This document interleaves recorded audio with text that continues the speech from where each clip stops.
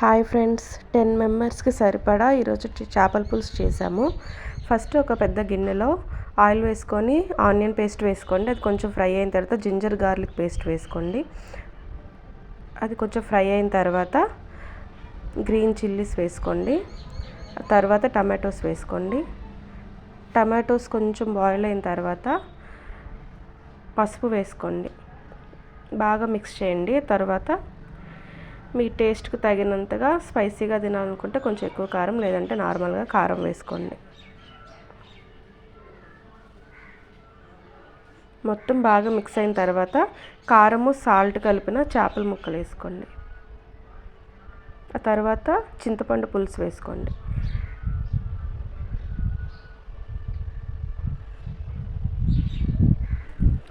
గరిటెతో తిప్పకుండా ఈ వీడియోలో చూపిస్తున్నట్టుగా తిప్పండి, లేదంటే చేపలన్నీ ముక్కలు అయిపోతాయి. ఇంకా